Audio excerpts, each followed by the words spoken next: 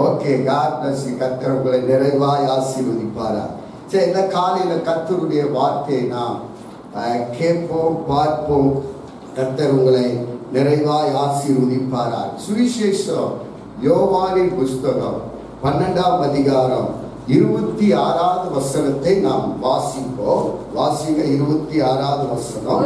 ஒருவன் எனக்கு ஊழியம் செய்கிறவன் ஆனால், ஆமென், ஒருவன் எனக்கு ஊழியம் செய்கிறவன் ஆனால் என்னை பின்பற்ற கடவன். என்னை பின்பற்ற கடவன். நான் எங்கே இருக்கிறேனோ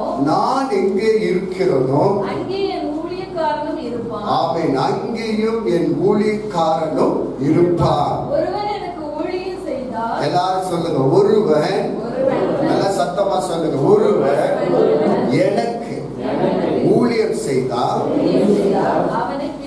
அவனை பிதாவானவர் என்ன செய்வாரா?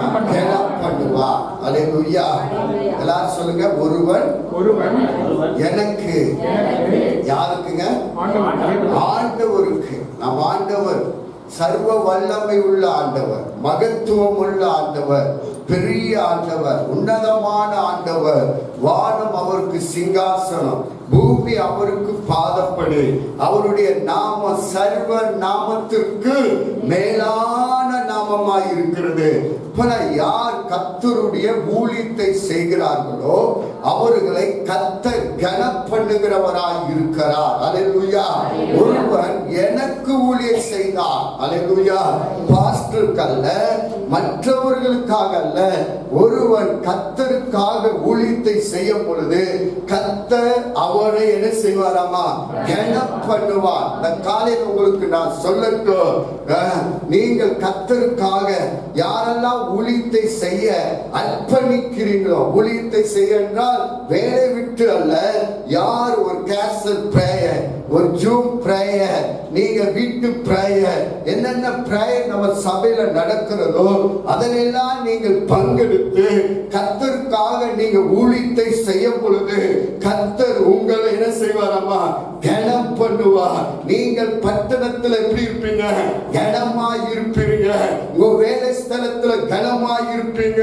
யார் கர்த்தருக்காக தன்னை அர்ப்பணித்து ஊழியத்துக்காக ஒப்பு கொடுத்து தேவனுடைய பணிவிடை செய்கிற ஒவ்வொரு பிள்ளைகளையும் பிதா கனப்படுத்துவார். இந்த காலையில உங்களுக்கு நான் சொல்லட்டும், அருமையான சகோதரி சகோதரா, உங்களை கொண்டுதான் கர்த்தர் இந்த தேசத்தை அசைக்க போகிறார், பட்டணத்தை அசைக்க போகிறார், உங்க குடும்பத்தை அசைக்க போகிறார். நீங்க செய்கிற வேலையில உங்களை கொண்டுதான் கர்த்தர் ஜனங்களை அசைக்க தேவன் வல்லவராக இருக்கிறார். யார் தன்னை அர்ப்பணித்து தேவனுக்காக ஊழியத்தை செய்ய ஒப்பு கொடுக்கிறார்களோ அவர்களை பிதாவானவர், எல்லாரும் சொல்லுங்க, பிதாவானவர் அவர்களை கனப்படுத்துவார். உங்களுக்கு ஒரு மேன்மை இருக்கிறது, ஒரு கனம் இருக்கிறது.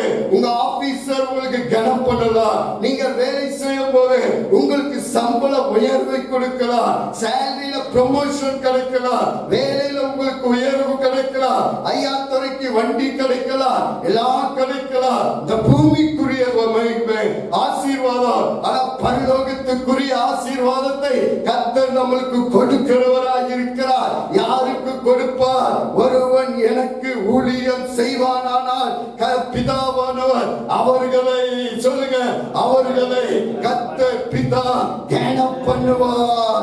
உங்களுக்கு கனம் உண்டாக, உங்களுக்கு ஆதரவு உண்டாக, உங்களை கர்த்தர் தாமே கனம் பண்ணுகிறவராக இருக்கிறார்.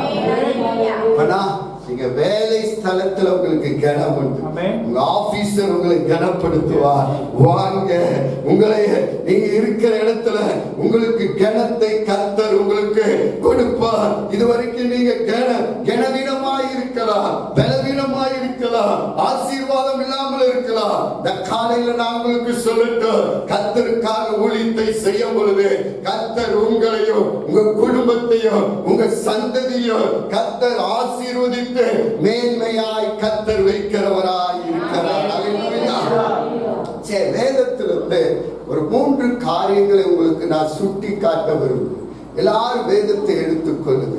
எல்லாரும் யாத்திராகம புஸ்தகம் 7ஆம் அதிகாரம் 1வது வசனத்தை நீங்கள் வாசிங்க.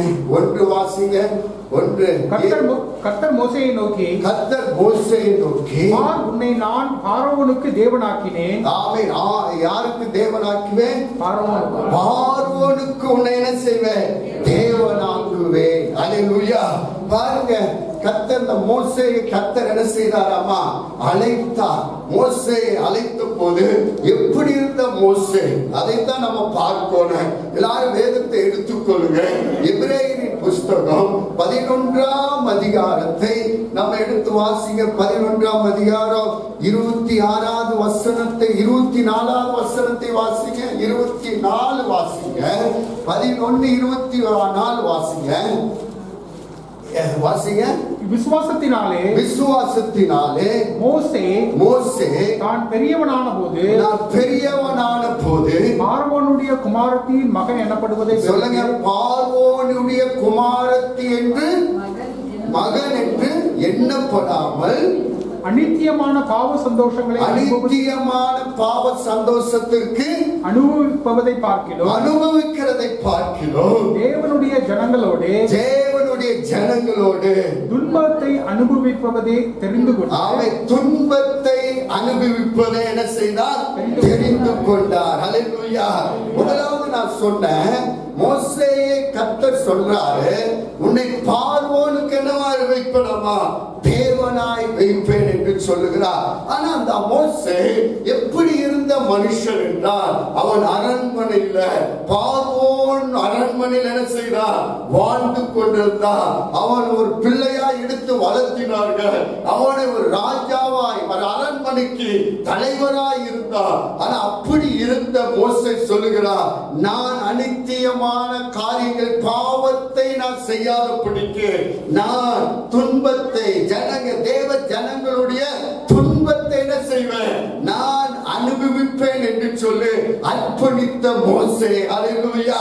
வேதம் சொல்லுகிறது பாருங்க, இந்த வசனம் சொல்லுகிறது, அவர் சொல்லுகிறார் பாருங்க, நான் என்ன செய்வேனாமா?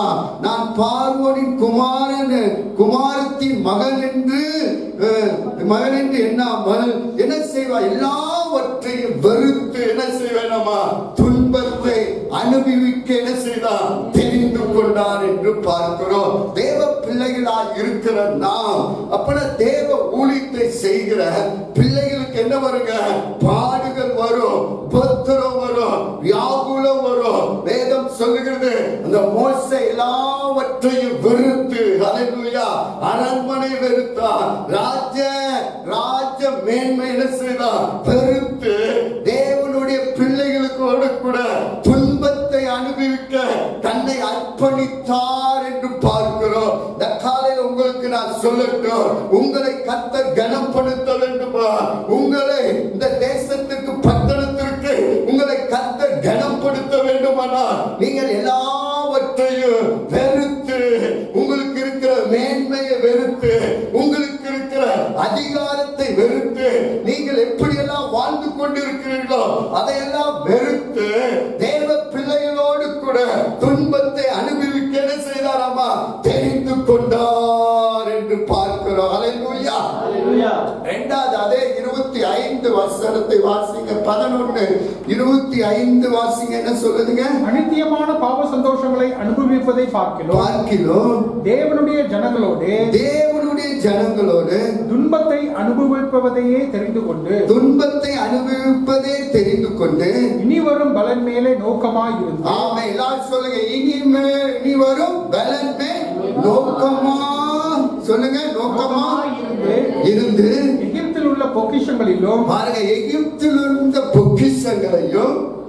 பொக்கிஷங்களிலும் கிறிஸ்துவின் நிமித்தம் வரும் நிந்தையை அதிக பாக்கியம் என்று எண்ணினார். ஆமென். நிந்தையே. அல்லேலூயா. இரண்டாவது என்னங்க? நிந்தையே. எல்லா பொக்கிஷம் மோசேக்கு எல்லாமே இருந்தது. அரண்மனையில பொக்கிஷம் இருந்தது, சொத்து பணம் எல்லாம் இருந்தது.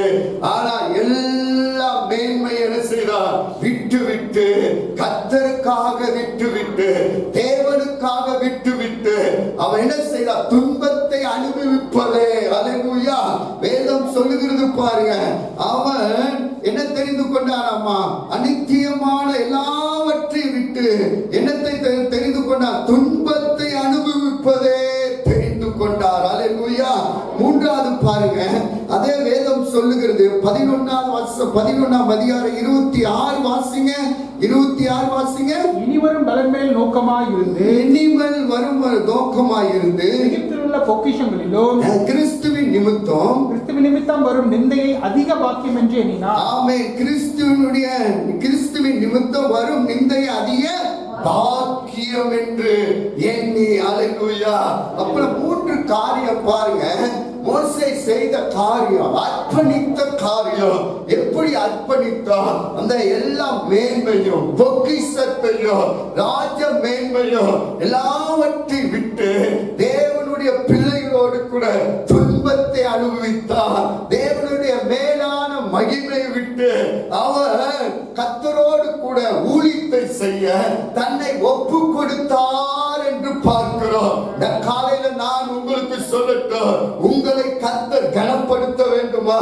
மோசேயை பார்த்து சொல்லுகிறார், எகிப்துக்கு உன்னை என்ன செய்வேன்? பார்வோனுக்கு முன்பாக உன்னை நான் தேவனாய் வைப்பேன் என்று சொன்னார் அல்லவா? தேவன் மோசேயை கொண்டுதான் அற்புதங்களை செய்தார், அதிசயங்களை செய்தார். மோசே பார்வோன் செய்த அற்புதங்களை பார்க்கிறோம். மோசே அநேக அற்புதங்களை, அடையாளங்களை செய்து ஜனங்களை வழிநடத்தினார் அல்லவா?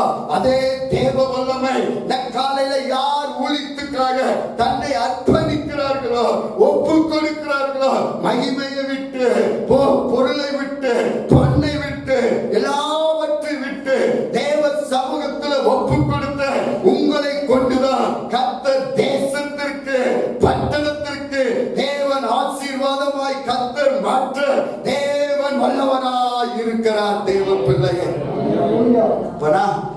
மோசேயுடைய வாழ்க்கையை பார்த்தா என்ன வந்ததுங்களா? எல்லாம் மகிமையை விட்டு எது வந்தாராமா? தேவ சமூகத்துல தன்னை ஒப்பு கொடுத்தார். அல்லேலூயா.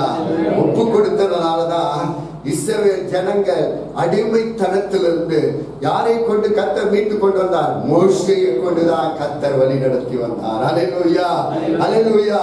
இந்த காலையில் உங்களுக்கு நான் சொல்லட்டும், ஜனங்கள் கட்டப்பட்டு இருக்கிறாங்க.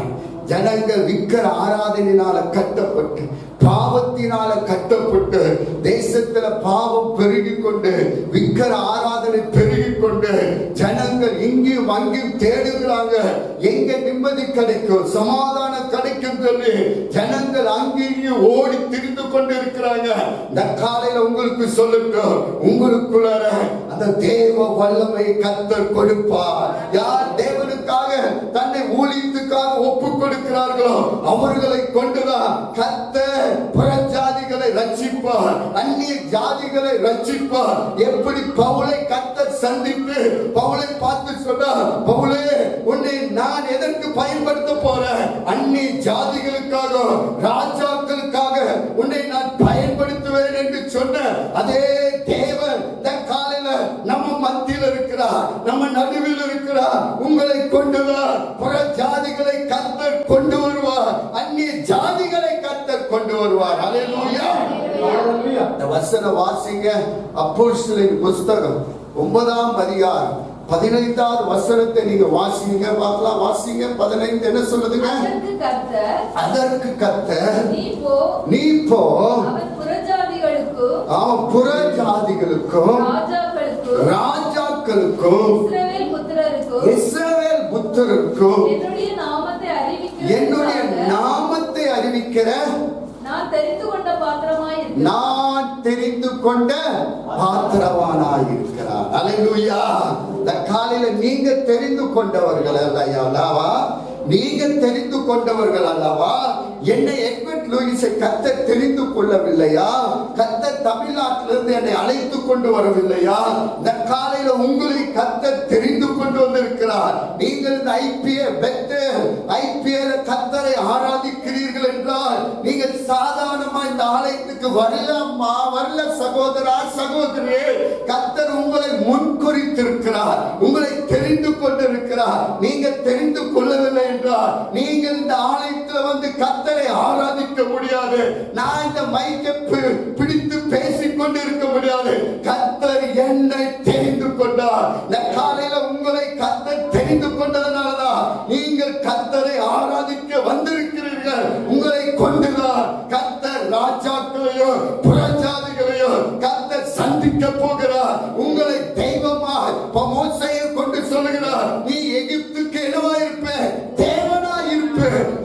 கொண்டு உங்களுக்குள் இருக்கிற அந்த தேவ வல்லமை, இயேசுவின் வல்லமை வெளியே புறப்பட்டு போகும். புறஜாதிகளை ரட்சிக்கும், அந்நிய ஜாதிகளை ரட்சிக்கும். நீங்க இந்த காலையில சாதாரண வந்து ஆராதிக்க வந்திருக்கலாம், ஆனால் உங்கள் மேல கர்த்தருடைய ஆவியானவர் அளவில்லாமல் ஊற்ற போகிறார், ஊற்ற போகிறார், உங்களை நிரப்ப போகிறார். நீங்க தான் புறஜாதிகளுக்கு, ராஜாக்களுக்கு நான் தெரிந்து கொண்ட பாத்திரவான்களா இருக்கிறீர்கள் தேவன்.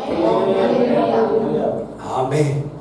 ஆனா நம்மை கொண்டு வந்த நோக்கம் இருக்கிறது, தெரிந்து கொண்ட நோக்கம் இருக்கிறது, நம்மளை அபிஷேகம் பண்ணின ஒரு நோக்கம் இருக்கிறது. பூமியில என்ன வேணாலும் வேலை செய்யலாம், ஆனாலும் இதை பார்க்கிற ஒரு வேலை இருக்கிறது அல்லவா, என் பிதாவுக்கு ஊழியம் செய்வது. அவரே ஊழியம் செய்யும் போது அவரே என்னை கனம் பண்ணுகிறவரா இருக்கிறார். அல்லேலூயா. இந்த காலையில் உங்களுக்கு கிணறு வேணுங்களா? உங்களுக்கு சல்யூட் வேணுமா? உங்க ஆபீசர் சல்யூட் அடிக்கணுமா? உங்க பட்டணத்துல நீங்கள் உங்களை கர்த்தர் புகழ செய்ய வேண்டுமா? நீதிமான் என புகழப்படுவா. உங்களை கர்த்தர் புகழ செய்ய போகிறார், உங்களை கர்த்தர் மேன்மையாக்க போகிறார். இந்த காலையில என்னுடைய வார்த்தை கேட்கிற சகோதர வாலிப பிள்ளையே, நீங்கள் தேவ சமூகத்தில் அர்ப்பணித்து பாருங்க, உங்களை தான் புகழ செய்ய போகிறார். நீ இந்த வாலிப நாட்களை ஒப்பு கொடுத்து பார், தேவ சமூகத்தில் அர்ப்பணித்து பார், உன்னை தேசம் புகழும், உன்னை கர்த்தர் புகழ செய்வார், கர்த்தர் உன்னை ஆசீர்வதிப்பார். தேவ பிள்ளையே, ஹalleluya. ஆமென். ஆனா மோசேயை கொண்டுதான் கர்த்தர் என்ன செய்தார்? எகிப்திலிருந்து ஜனங்களை விடுவித்து கொண்டு வந்தார். சும்மா விடுவித்தாரா? சும்மா விடுவிக்க முடியுமா? பார்வோன் மோசேயோடு அற்புதம் செய்தார், பார்வோன் பிசாசு அற்புதம் செய்தார். பிசாசும் அற்புதங்களை செய்வார், பிசாசு அதிசயங்களை செய்கிறார். ஆனா அந்த பிசாசு பார்க்கிறோம், உங்களுக்குள் இருக்கிறவர் பெரியவரா. அல்லேலூயா. அவன் தோத்து போனவன், உங்களுக்குள் இருக்கிறவரோ சிலுவையில ஜெயம் பெற்றவர். நீங்களும் நானும் ஆராதிக்கிற தேவன் சிலுவையில தோத்து போனவர் அல்ல. வேதம் சொல்லுகிற கொலோசியரின் புஸ்தகத்தை எடுத்துக்கொள்ளுங்க, 2ஆம் அதிகாரம் நினைக்கிற 15வது வசனம். துரைத்தனங்களையும் இப்பிரபஞ்சத்தின் அந்தகாரம், இந்த வசனத்தை வாசிங்க. 15, 14, 15 வாசிங்க. 2, 14, 15 வாசிங்க. துரைத்தனங்களையும் அதிகாரங்களை உரிந்து கொண்டு வெளியரங்கமான கோலமாக்கி அவைகள் மேல் சிலுவையில் என்ன செய்தார்கள்? வெற்றி சிறந்தார். எல்லாம் சொல்லுங்க, எல்லாம் சொல்லுங்க, வெற்றி சிறந்தார். எல்லாம் சொல்லுங்க, வெற்றி சிறந்தார். யார் சிறந்தார்? இயேசப்பா. என்னுடைய அப்பா தோற்கல, சிலுவையில தோத்து போகல, அவர் வெற்றி சிறந்தார். ஊழியர் செய்கிற உங்களுக்கு வெற்றி உண்டு. சத்துருவுக்கு முன்பாக உங்க தலையை உயர்த்துவார், உங்க தலையை மேன்மையாக்குவார். நான் சொல்ல தீர்க்க தரிசன வார்த்தை, யார் கர்த்தருக்காக ஊழியத்தை செய்ய ஒப்பு கொடுத்தார்களோ உலகம் உங்களை எதிர்க்கும். உங்க நண்பர்கள் எதிர்ப்பார்கள், ஆபீசர் எதிர்ப்பார்கள். அங்கிருந்து அவங்க தலையை கர்த்தர் உயர்த்துவார், அங்கிருந்து உங்களை மேன்மையாக்குவார். உங்க சிறு கூட்டமா இருக்கிற இடத்துல எதிர்த்தா உங்களை பெரும் கூட்டத்திற்கு கர்த்தர் கொண்டு போவார். சிறு கூட்டத்தில் வைத்த உங்களை பெரும் கூட்டம், சிறு கூட்டத்தில் சிறிய எல்லையில வேலை செய்யலாம். உங்களை எதிர்த்தா பெரிய எல்லைகளை கர்த்தர் கொடுப்பார். அல்லேலூயா. அதுதான் கேனம், அதுதான் கேனம். ஒரு நண்பர் உங்களை கனம் பண்ணலாம், ஆபீசர் கனம் பண்ணலாம், ஆனா உங்களை ஊழியர் செய்தா பிதாவானவரே கனம். நீங்க யாருக்கு தெய்வமா மாற போறீங்க? பார்வோனுக்கு யார் தெய்வமா மாற்றினாரு? மோசே. நீங்க அந்நிய ஜாதிகளுக்கு உங்களை தெய்வமாய் கர்த்தர் மாற்றினார். அப்படின்னா பவுல் பேதுரு சொல்லுகிறார், யோவான் பேதுரு சபைக்கு போகும்போது சொல்லுகிறார், என்னிடத்துல பொண்ணு வெள்ளி என்னிடத்துல இல்ல, என்னிடத்துல உள்ளதை கொடுக்கிறேன். ஆமென். நசரேயனாகிய இயேசு கிறிஸ்துவின் நாமத்தினால் நீ எழுந்து நட. என்னத்தை கொடுத்தாருங்க? தேவ வார்த்தையை கொடுத்தார். உங்களுக்குள்ள அந்த வார்த்தை இருந்தது வைங்க, ஜனங்கள் ரட்சிக்கப்படுவார்கள், ஜனங்கள் தொடப்படுவார்கள்.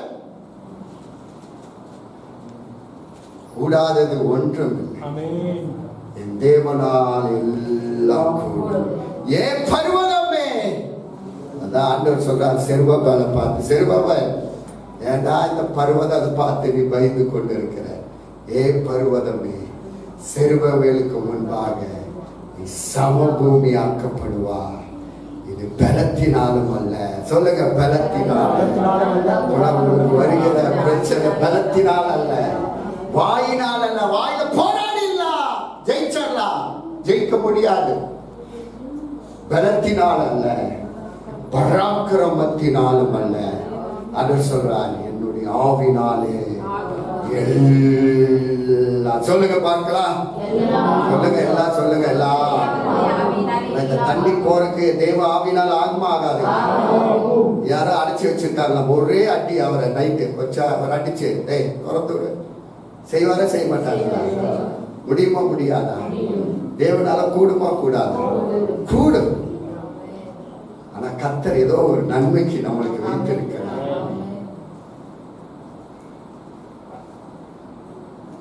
தீமைக்கு அல்ல. எது செய்தாலும் என் தேவன் எனக்காக நன்மையே கர்த்தர் செய்வார். அல்லேலூயா. ஆனா அது நம்மளுக்கு தீமையா தான் தெரியும், ஆனா அதுல ஒரு நன்மையை கர்த்தர் திறந்து கொண்டே இருக்கிறார். காலையில உங்களுக்கு ஒரு தீமை இருக்கா? சிரிங்க. தீமையை கர்த்தர் நன்மையாய் மாற்றுவார்.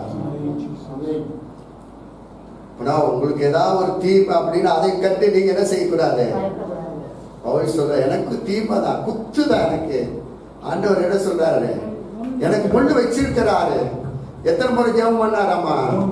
3 முறையா 4 முறைங்களா? 3 முறை ஜெபம் பண்ணார். ஆண்டவர் சொல்றார், பலவீனத்தில் பூர்ணமாய் என் கிருபை. என்ன சொல்றாரு? ஆமா, என் கிருபை உனக்கு போதும், பலவீனத்தில் என் பலன் பூர்ணமாய். இப்படிப்பட்ட ஊழியர், சபையை ஸ்தாபித்த ஊழியர், அவருக்கு என்ன பத்தி இருக்குதம்மா? நீ எந்திரிக்க கூடாது சொல்லி அடிக்க. இப்ப எல்லா ஊழியக்காரங்களுக்கும் ஒரு முள்ளு கட்டாயம் என்ன செஞ்சிருப்பாரு? நீங்க ரொம்ப ஓவரா போக கூடாது, முள்ளு வச்சிருவாரு. ஓவரா போனீங்கன்னா என்ன ஒண்ணு என்ன குத்திட்டே இருப்பார். இப்ப நான் பாருங்க, இந்த முள்ளு நம்மளுக்கு ஆசீர்வாதமாய் கர்த்தர். அதான் என் பலவீனத்துல என் பலன், உன் பலவீனத்தில் என் பலன் பூரணமாய். இந்த காலையில உங்களுக்கு ஏதாவது பலவீனமா வந்திருக்கீங்களா? அவருடைய கிருபை உங்களை பலப்படுத்தும். மலைகள் விலகினாலும் பர்வதங்கள் நிலை பெயர்ந்து போனாலும் என் கிருபை விலகாது. உங்களை தாங்கும். உங்களை என்ன செய்யுங்க? தாங்கி தூக்கி விடும். குனிந்து தூக்கினீரே, பெரியவனாக்கினீரே, உமது காருண்யத்தால் பெரியவனாக்கினீரே, குனிந்து தூக்கினீரே, பெரியவனாக்கினீரே,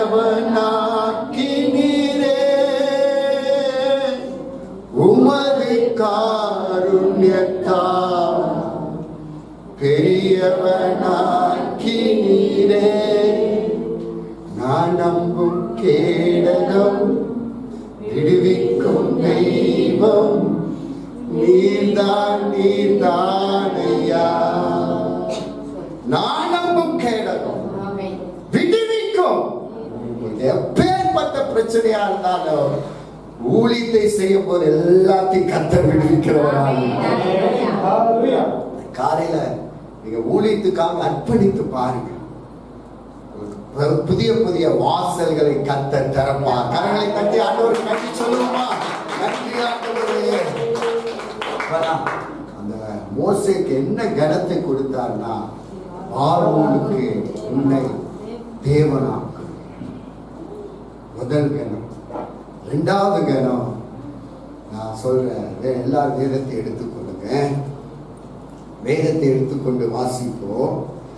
2 ராஜாக்களின் புஸ்தகம் 10ஆம் அதிகாரம் 30வது வசனத்தை வாசிங்க.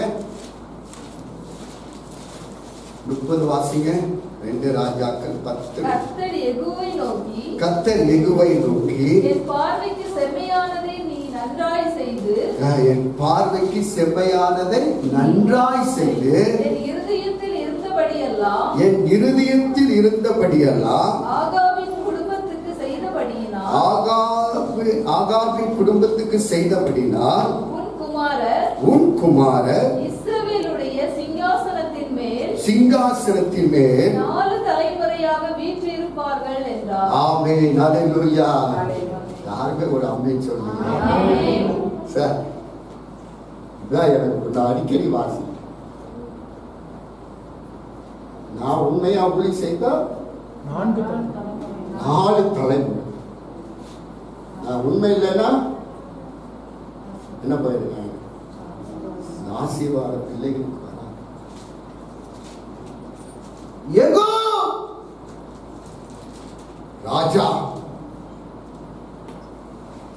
ஆகாப் ராஜா தான். ஆனா ஆகாப் என்ன செய்தார் என்றால், இஸ்ரவேல் ஜனங்களை விக்கிர ஆராதனைக்குள்ள நடத்தி, அவங்க மணி இஸ்ரவேல் பாவி விபச்சாரம். ஒரு ராஜா கர்த்தரை பிரியப்படுத்த வேண்டும். ஒரு ராஜா கர்த்தருக்கு பலிபீடத்தை கட்ட வேண்டும். ஒரு ராஜா தேசத்துல தேவனை கனம் பண்ண வேண்டும். ஆனா ஆகாப் குடும்பம் விக்கிரகங்களை ஆராதித்து பலிபீடத்தை கட்டி தேவனுக்கு எரிச்சலை உண்டாக்கினார்கள். அது மட்டுமல்ல, தேவனுடைய தீர்க்கதரிசிகளை கொன்றார்கள். நீங்கள் அந்த வசனத்தை எல்லாம் வாசிங்க. ஆண்டவருக்கு கோபம் வந்துருச்சு. ஆண்டவர் எலியாவை கொண்டு யெகூவை அபிஷேகம் பண்ணினார். யெகூவை பார்த்து சொன்னார், யெகூ, நீ ஆகாபின் குடும்பத்தை முற்றிலும் என்ன செய்ய வேண்டும்? சொல்லுங்க, சஞ்சரிக்க வேண்டும். யாரும் உயிரோடு கூட நீ என்ன செய்யக்கூடாது? வைக்கவே கூடாது. ஏனென்றால் எனக்கு விரோதமாய், என் ஜனத்துக்கு விரோதமாய் செய்த பாவத்தினாலே அவன் குடும்பத்தை, வேதம் சரித்திரம் சொல்லுது, ஆகாபின் குடும்பம் எல்லாவற்றையும், சந்ததியே இல்லைங்க, எல்லாவற்றையும் என்ன செய்தார்? யெகூ அழித்து போட்டார். அதுக்குதான் யெகூக்கு சொல்றார் ஆண்டவர், யெகூ, நீ என் பார்வைக்கு என்ன செய்தேமா? சொல்லுங்க, செம்மையா செய்தார். உன் குடும்ப சந்ததி 4 குடும்பத்துக்கு 4 சந்ததிக்கு உன்னை என்ன செய்வேன்? ராஜாவாக வைப்பேன். பிள்ளைகளை தகப்பன் செய்ய வேண்டிய காரியம் இதுதான். உங்க பிள்ளைகளுக்கு பணம் சேர்க்கிறீங்களா இல்லையோ, உங்களுடைய அபிஷேகம் எங்க வந்துடுவானுங்க? பிள்ளைகள் மேல வரும். மம்மி திருடா பிள்ளைகள் திருடுவார். அப்பா பீடி பிடிச்சா பிள்ளைகள் பீடி பிடிப்பார். அப்பா ஜெபித்தால் பிள்ளை ஜெபிக்கிறாங்களா இல்லையா பார்த்துட்டு ஒரு நாள் முட்டி போட்டுதான் ஆகணும். பைபிள் படிச்சுட்டு இருந்தா பிள்ளைகள் ஒரு நாள் படிச்சுதான் ஆகும். உங்க வாயில தேவ வார்த்தை பாடினா பிள்ளைகள் வாயில வந்துடும். நீங்க சினிமா பாடினீங்கன்னா உங்க பிள்ளைகள் என்னத்தை பாடுவாங்க? சொல்லுங்க. அந்த காதுல கேட்டு எங்க வருதுங்க? சொல்ல மாட்டீங்களே, இருதயத்துக்கு வந்துடும். அது பாட்டுக்கு பாடிட்டு. ஆனா யெகூ 4 தலைமுறைக்கு அவன் ஆசீர்வாதத்தை கொண்டு வந்தான். ஊழியம் செய்ததனால சொன்னதை செய்ததனால யெகூவின் 4 தலைமுறையை கர்த்தர் ஆசீர்வதித்தார் என்றால், இந்த காலை நான் உங்களுக்கு சொல்லட்டும், தேவ பிள்ளைகள் நாம் சந்ததி ஆசீர்வதிக்கப்பட வேண்டும். ஏதோ நான் ஆராதித்த செத்து போறேன் அல்ல, உங்க சந்ததி உருவாக வேண்டும். சொல்லுங்க சொல்லுங்க. எங்க தாத்தா ஊழியம் செய்தார், உண்மையாய் ஊழியத்தை செய்தார், நிறைய சபையை கட்டினார். எனக்கெல்லாம் ஒண்ணுமே தெரியாதுங்க. அவர் மேல இருந்த அபிஷேகம் என் மேல இருக்கு. அவர் செய்த ஊழியம் எங்களுக்கு கிருபை. அவர் உண்மையாய் செய்ததனாலதான் இந்த நாளில் எங்களை ஊழியமாய் கர்த்தர் வைத்திருக்கிறார். நாம் ஊழியம் செய்யணும். இந்த நாள்ல 4 தலைமுறைக்கு யெகூ ஆசீர்வாதத்தை கொண்டு வந்தார். காலையில் உங்களுக்கு சொல்லட்டும், நீங்க உண்ணி விக்கிரத்துல ஆராதிக்க கூடாது. சபைக்கு வந்து கர்த்தரை ஆராதிக்கிறவர்கள் விக்கிரத்துக்கு ஆராதிக்க கூடாது. ஒரு கால் மேட்டுல ஒரு கால் சேர்த்துல இன்னும் குந்தி குந்தி நடக்கிறீங்களா? இன்னும் விக்கிரத்தை ஆராதிக்கிறீங்களா? உன்னை திருமணத்துல விக்கிரத்தை கொண்டு வருகிறீர்களா? காது குத்துக்கு விக்கிரத்தை கொண்டு வருகிறீர்களா? தேவ பிள்ளைகள், விக்கிரங்களுக்கு நம்மளுக்கு சம்பந்தமே. ஒரு காலத்தில் நீங்கள் விக்கிரத்தை ஆராதித்தீர்கள், அதை விட்டு வந்து உன்னி விக்கிரங்களுக்கு நாம் போகக்கூடாது. உங்களை பார்த்து எப்படி ஜனங்கள் ரட்சிக்கப்படுவார்கள்? தலைமுறை எப்படி ஆசீர்வதிக்கப்படும்? உங்க தலைமுறை ஆசீர்வதிக்கப்பட வேண்டும். நாம் ஒன்று விட்டு போகணும். என் மேல் இருந்த அபிஷேகம் பிள்ளைகள் மேல, சந்ததி மேல வருவதாக. அதுதான் கர்த்தர் இந்த காலையில் எதிர்பார்க்கிறார். ஏதோ நம்ம வருகிற சபைக்கு போகிறார்கள், நம் மூலியமா சந்ததி ஆசீர்வதிக்கப்பட வேண்டும். அல்லேலூயா. விக்கிர செய்ததால பாஸ்டர் ரொம்ப கோபப்பட்டார், துக்கப்பட்டார். ஊழியக்காரங்களை துக்கப்படுத்த விடக்கூடாது. நான் துக்கப்பட்டேன்னு வைங்க, உங்களுக்கு ஆசீர்வாதம் இருக்கா? நீங்க ஒரு ஃபங்க்ஷனுக்கு என்னை கூப்பிடுறீங்க, அங்க விக்கிரத்தையும் பண்ணிட்டு பிரேயர் பண்ணுங்க பாஸ்டர்னா, நாங்க அங்க போய் துக்கமா இருக்கு. ஒரு ஊழியக்காரர் உங்களை மனசார ஆசீர்வதிக்கும். எப்படி ஆசீர்வதிக்காருங்க? நீங்க இருபுறமா பண்ணீங்கன்னா பிசாசு உள்ள போயிடும். பிசாசு எங்க வந்துருவா? வீட்டுக்குள்ள போயிடும். தலைமுறை ஆசீர்வதிக்கப்பட. காலையில் உங்களுக்கு நான் சொல்லட்டும், சிறு கூட்டம், சொல்லுங்க, சிறு கூட்டம் என்ன கூட்டமா மாறும்? பெரிய கூட்டமா மாறணுங்க. சந்ததி முதல் நம்ம சந்ததி தான் நம்ம மேல ஆசீர்வாதங்கள் வரும். இந்த ஆசீர்வாதம் எல்லா இடங்களையும் கடந்து போகும். அல்லேலூயா. அதான் யெகூக்கு சொல்ற அந்த வசனம் மீண்டும் வாசிங்க சிஸ்டர். யெகூக்கு சொல்றாரு பாருங்க, யெகூவை நோக்கி என் பார்வைக்கு செம்மையானதை நீ நன்றாய் செய்து. எது சொன்னார்? செம்மையானதை. எப்படி சொன்னாருங்க? நன்றாய் செய். எல்லாரும் சொல்லுவாங்க, நல்லா செஞ்சப்பா, ஏதாவது ஒரு வேலை செஞ்ச நல்லா செஞ்ச. ஆனா நன்றாய் செய்தால், செம்மையானதை நன்றாய் செய்தார். அதனால இருதயத்தில் இருந்தபடியெல்லாம், அப்பா யாருடைய இருதயத்துல? ஆண்டவருடைய இருதயத்துல இருந்ததெல்லாம் ஆகாவின் குடும்பத்துக்கு செய்தபடினால் உன் குமாரன் இஸ்ரவேலுடைய சிங்காசனத்தின் மேல் 4 தலைமுறையாக வீற்றிருப்பார்கள். எத்தனை தலைமுறைங்க? 4 தலைமுறையா? அப்ப நீ நம்மள பாப்போமா? உங்க 4 தலைமுறை நீங்க பாப்பீங்களா? நான் பாப்பேன். ஆனா ஆண்டவர் 4 தலைமுறை ராஜாக்கள் வீட்டிருப்பாங்க. நான் உங்களுக்கு ஒரு தீர்க்க தரிசனம் சொல்றேன். நம்ம பிள்ளைகள் தேசத்துக்கு ராஜாக்களாய்.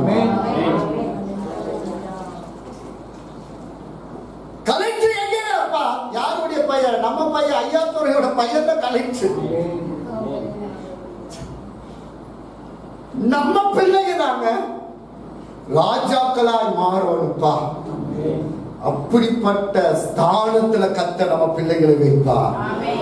யாருடைய ஆசீர்வாதத்தினால? தேவனுடைய ஆசீர்வாதம் நமக்குள்ள இருந்து 4 தலைமுறைக்கு கர்த்தர் கொடுப்பார். ஹல்லேலூயா. காலையில உங்களுக்கு தீர்க்க தரிசனம் சொல்லட்டும்.